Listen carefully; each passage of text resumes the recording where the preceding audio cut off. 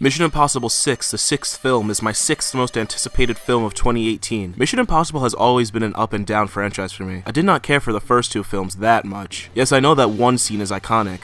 You know what I'm talking about. But the second film is literally the equivalent of dog dookie on my shoe. I like Tom Cruise for the most part. I think it's a privilege to call yourself a Scientologist, and it's something that you have to earn.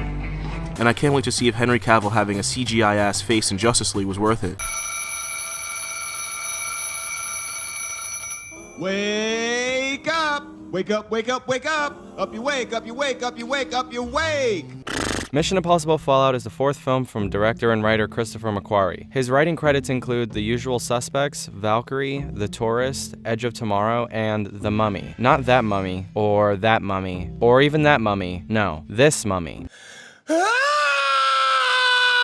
Yeah, that one. So, it's pretty safe to say you don't really know what you're gonna get with this guy. But this is probably the best film in the series, I think. I haven't really had the desire to revisit any of the Mission Impossible films, so it's not like I have a deep knowledge of all of them because they're usually just okay, or they're Mission Impossible 2 in that they're unwatchable, and you don't understand why they got John Woo to direct it. Doves.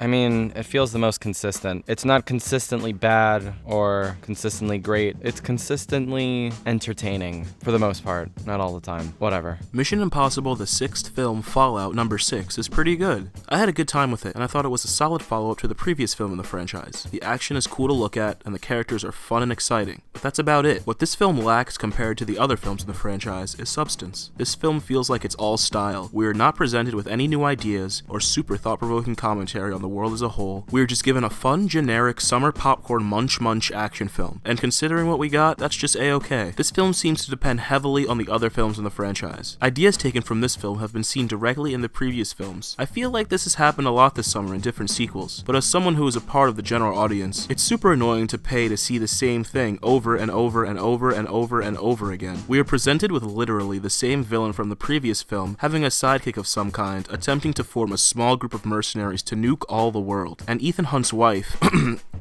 ex-wife, is thrown into the plot somehow. I guess we have made it to the point of the franchise where the story will be overshadowed by the action set pieces. It's fine though. I had a really good time with it, and thought that even though it was predictable, it was still some mindless entertainment.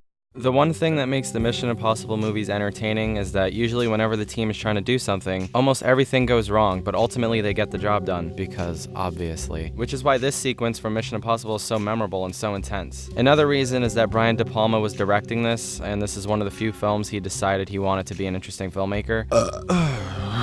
Anyway, Mission Impossible Fallout provides the same thing in its action sequences. So many things go wrong in the process that, for me, it made the film more interesting and entertaining to watch because you don't really know how these particular action sequences are gonna end. I mean, you know Ethan Hunt is gonna win because it's the sixth movie in the series and it doesn't seem like it's gonna end at any point because why would we let things die in Hollywood when we could just make money instead, you know? But the emphasis on making the presentation of these action sequences special is commendable, and I wish more action films would take this approach. Black Panther! Because it would make their films a lot more better to watch. On the other hand, the way this film doles out information is so not good. Not good. Like literally the second scene in the movie, Ethan Hunt opens a laptop and for the next 2 minutes we're told a bunch of information that is basically a recap of everything he learned in the previous movie. And it's really bad, and I don't know why we're giving out exposition like this in 2018 like there isn't 120 years of filmmaking to show how to do it right and how to do it wrong. Besides a couple bait and switch moments that happen right in the beginning of the film, and the reveal of Superman's mustache's true nature, this film is pretty predictable and cookie cutter. You can see everything coming a mile away, and it's kind of annoying. Oh yeah, that reminds me. This movie also answers the question of whether or not it was worth Henry Cavill honoring his contract with Paramount Pictures on this movie, and having Warner Brothers spend oodles of dollars fixing his face on Justice League. And the answer is yes, it was worth it. I've been wanting to see Henry Cavill play a villain for a while now. He's probably a nice guy, but as Superman, he's mostly unlikable, and although he is a very pretty male adult human being, he has this ability to come off really smug. It's probably just his jawline though, to be honest. This was a nice change of pace because he always plays these perfect, boring characters with no personality or flaws, or the writer ends up making him say something really stupid like, Superman was never real. That being said though, I do not think that Superman was the right person to be put in this role. He's fine, I guess, with his acting abilities, but he's so much bigger than Tom Cruise, it was super distracting. How could this small, wimpy Scientologist take down freaking big, hulking Superman? But he's not Superman in this movie, and Angela Bassett's character made a clear distinction that Cruise was the scalpel and Cavill was the hammer. You use a scalpel. I prefer a hammer. And they both got their ass kicked by the Asian guy in the bathroom. Boy, hush! I mean, I know this happened in Rogue Nation with Tom Cruise and another big hulking man, but one, this man was not a main character that we saw throughout the entire film, and two, Tom Cruise used his wits to take him out. I really wish they would have recast him. I do, however, love how he reloaded his arms. That was fucking awesome, and I want to do that all the time in real life. The action was well directed, besides that incredibly awkward halo jump sequence. Everything was engaging and had my eyes glued to the screen. The chase scene in Paris being the main draw in my opinion. What was awkward about it? Seeing Henry Cavill and Tom Cruise have this weird manly man versus manly man pissing contest was very weird. This is the actual first time that these characters are interacting. It ends with Superman losing consciousness and having to be saved mid-air by Tom Cruise, which gets glossed over pretty fast as soon as they land. It is so weird. We go through this entire ordeal just to have it be forgotten about as soon as they land? Strange. Doctor Strange. I really enjoyed how a good amount of the action sequences don't have any music playing, like almost the entirety of the bathroom fight scene and the motorcycle chase sequence in Paris. It adds so much more tension to the scene when you're hearing all the elements around the characters, like the whooshing of the cars that Ethan passes on his motorcycle, or the echoes of the footsteps and punches in the bathroom scene. It adds a layer of immersion that simply wouldn't be there if it just had music playing the whole time telling you what to think. Speaking of the music, I really liked it. There's the obvious Mission Impossible theme, which is iconic, but they add little bells and whistles and it makes it sound fresh. And the new music was a welcome addition, but ultimately it's not nearly as memorable because, I mean, come on, like the Mission Impossible theme is like really cool. The third act was so freaking annoying. Seeing Ethan's wife come out of nowhere was borderline retarded, as we have not seen this woman since Mission Impossible 4. Why did they choose to bring her back now? And with Seneca Crane from the Hunger Games no less as her husband. It was so weird. But she's literally in the first scene of the movie. She's mentioned multiple times throughout the movie. Solomon Lane even says multiple times, "I'm gonna take everything from you." Her inclusion in the narrative was inevitable. They even promote her heavily in the trailer, my guy. Like a lot. She was in a dream sequence, not in the real world with Ethan Hunt or anybody. He was just thinking about her through the art of dreams. And my only recollection of her in the trailer was said dream sequence when the nuke goes off. Sure, Solomon Lane says her name multiple times, but it's still very jarring. If she were to show up earlier doing the littlest of things, I wouldn't have felt like she was added in just because. In the trailer, they showed the dream sequence and her scene with Ving Rhames, and if they kept showing her, the end wouldn't be so surprising because the film is told from Ethan's point of view.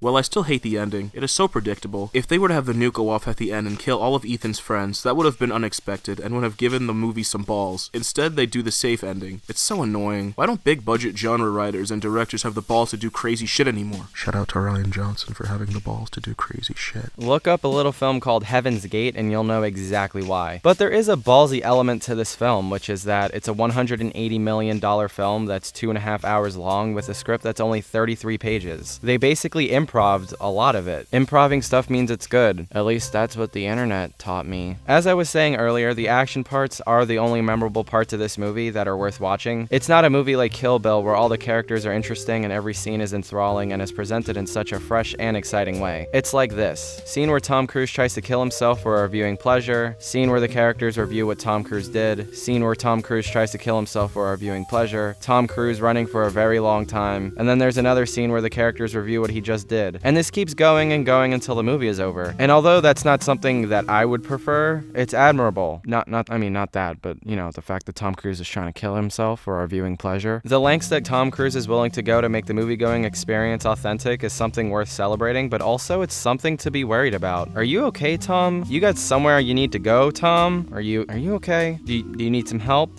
Should we get what do you want us to what do you want us to do, Tom? Tom, why are you doing this, Tom?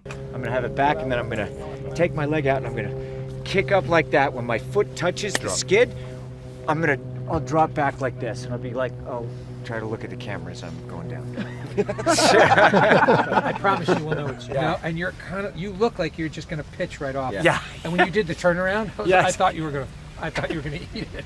Yeah. It was great. As you guys know, Tom Cruise is a devout Scientologist. This isn't a review on him as a person, but also he is the executive producer of these films, and he has a say on who the director is, and he has a say on the script, and a lot of his castmates' characters in the film talk about how great his character is. They talk about how only he can save the world. The only reason why his and Michelle Monaghan's characters aren't together is because she would rather have him save the world than have him be with her. A lot of this shit is along the lines of the teachings of Scientology through the writings of L. Ron Hubbard. It's about letting your loved ones go because clearing the planet is for the greater good. And although they don't really advertise separating families, that's part of their policy. Like in the Sea Org, they have the parents and the children live separately. And as I've been watching a lot of things about Scientology recently, when I left the theater after Mission Impossible Fallout, I couldn't help but see the distinct parallels between Ethan Hunt and a quote-unquote good Scientologist. Although I do love a film with a message, I don't really know how I feel about championing a movie that is directly influenced by a cult who is responsible for the separation of families, suicides, drug overdoses, sexual and physical abuse of children, and the PTSD that follows the people brave enough to escape it. You can learn this and more on Leah Remini's show on A&E, various documentaries, essays, and articles all over the internet. It's not hard to find, like, at all. Mission Impossible is fine. I probably won't ever see it again until I have to rewatch them all for the 7th film, but hey, it is what it is. It's definitely not the best in the franchise, and it could come off as a waste of time. But like, hey, it's a quick summer popcorn flick that doesn't come off as completely ridiculous, and actually has some care in which the filmmakers present it. I'm gonna give Mission Impossible 6 a 6 out of 10. And I am also giving Mission Impossible Fallout a 6 out of 10. And just so everyone knows, a 6 out of 10 is a positive review. No matter how low that number is, it's a positive review. Okay, cool. Now that we've got that clear, I hope you guys subscribe and stuff and like the video. We would greatly appreciate it. Bye-bye.